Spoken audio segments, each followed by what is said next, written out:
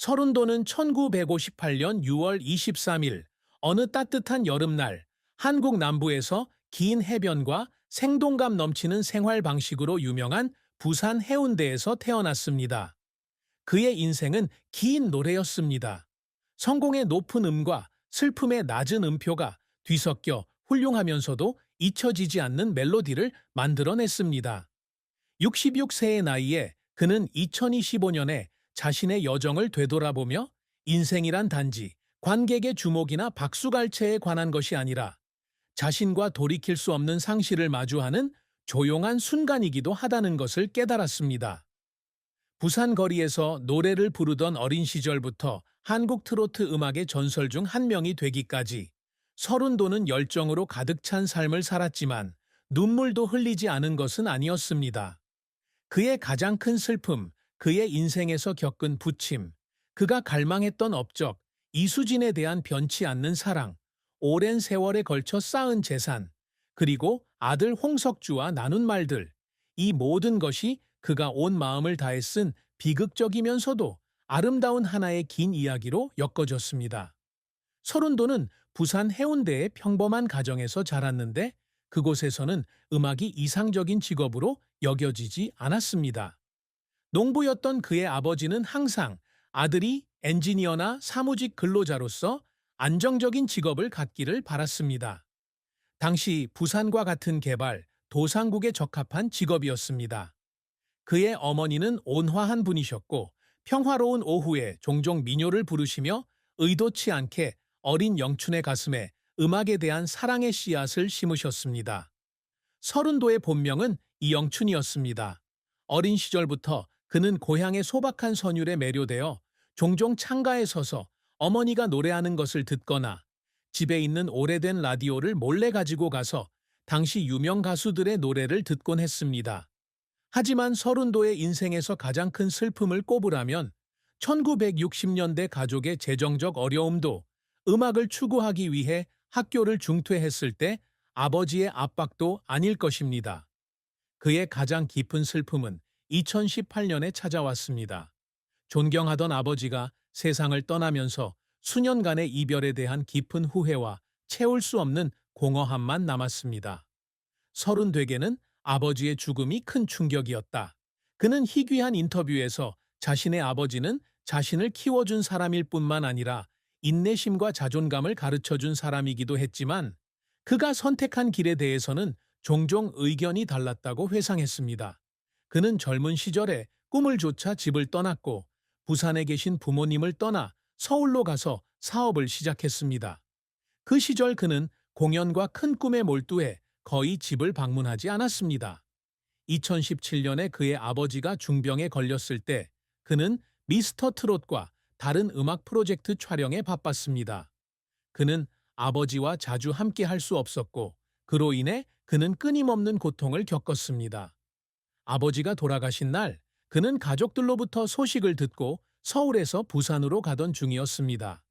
그가 도착했을 때 그는 아버지의 마지막 모습을 볼 시간만 있었고 아버지께 마지막으로 미안하다고 말하거나 감사드릴 수 없다는 것을 깨닫고 눈물이 흘렀습니다.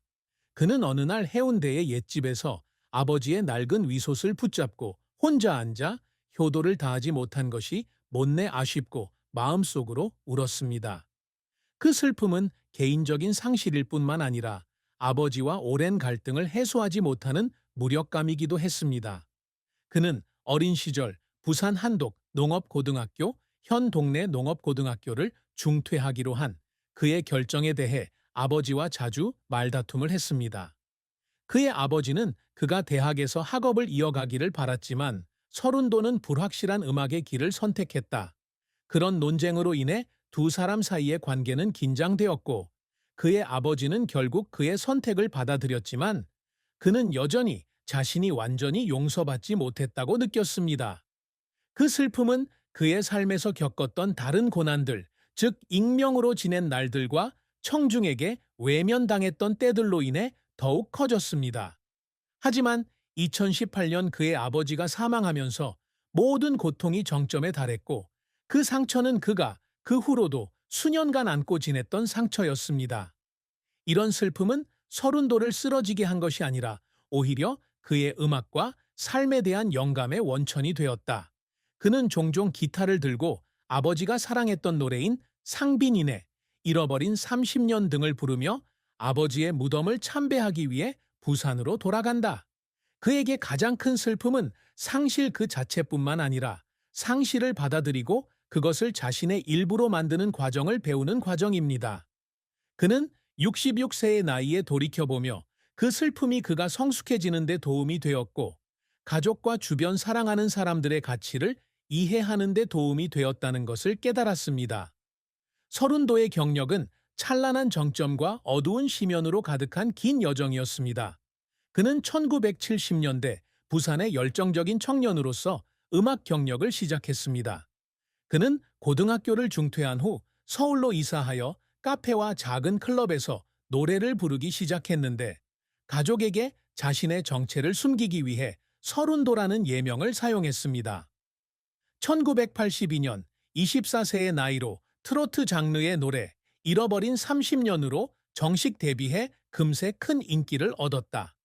이 노래는 그의 이름을 한국 가요계에 알리는 데 큰 역할을 했을 뿐만 아니라 그가 1983년 KBS 가요대상에서 신인상을 수상하는 데에도 큰 도움이 되었다. 따뜻하고 감성적인 그의 목소리는 진실한 연주 스타일과 결합되어 수백만 시청자들의 마음을 사로잡았고 그는 80년대 최고의 트로트 가수 중 한 명이 되었습니다. 서른도는 상빈의 집, 삼바의 여인, 보라색 스카프 등 여러 히트곡을 발표하며 계속 성공을 거두었습니다. 이 노래들은 차트를 석권했을 뿐만 아니라 여러 세대에 걸쳐 청중들에게 사랑받는 한국 트로트 음악의 상징이 되었습니다. 그는 또한 KBS 콘서트, MBC 음악 캠프 등 주요 TV 프로그램에 출연하여 뛰어난 라이브 실력과 청중과의 친밀감을 보여주었습니다.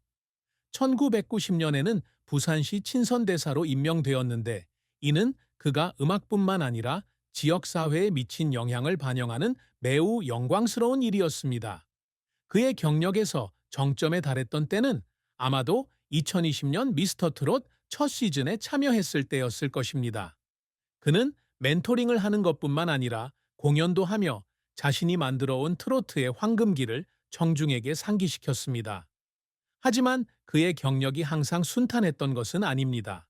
그의 가장 큰 실패 중 하나는 1990년대 후반에 일어났는데 AOT, 잭스키스 등 젊은 아이돌 그룹이 등장하면서 한류 열풍이 불기 시작했습니다. 그가 추구했던 트로트 장르는 점차 젊은 세대에게 매력을 잃었고 그는 수년간 희소한 계약과 청중에 직면하게 되었습니다. 그가 1998년에 발매한 앨범은 그가 바랐던 만큼의 성공을 거두지 못했고 그는 스튜디오에 앉아 잊혀진 트랙들을 바라보며 시대에 뒤처졌다는 느낌에 울었습니다. 그는 트로트 음악의 현대적인 요소를 접목해 자신의 스타일을 바꾸려고 했지만 청중들에게 호평을 받지 못하면서 더욱 절박해졌다. 그가 잊지 못할 또 다른 실패는 2005년 부산에서 레스토랑 사업 프로젝트에 투자했을 때였다. 음악 외에도 안정적인 수입원을 만들고 싶다는 바람으로 그는 이 프로젝트에 많은 돈과 열정을 쏟았다. 하지만 경영 경험 부족과 요식업계의 치열한 경쟁으로 인해 레스토랑은 금세 손실을 입었고 불과 2년 만에 문을 닫아야 했습니다. 그는 어느 날 밤 텅 빈 집에 혼자 앉아 쌓이는 청구서를 바라보며 울었다고 말했습니다. 그는 자신뿐 아니라 자신을 믿어준 가족에게도 실패한 사람처럼 느껴져서 울었다고 합니다. 서른도의 음악 활동은 그를 여러 번 울게 만들었다.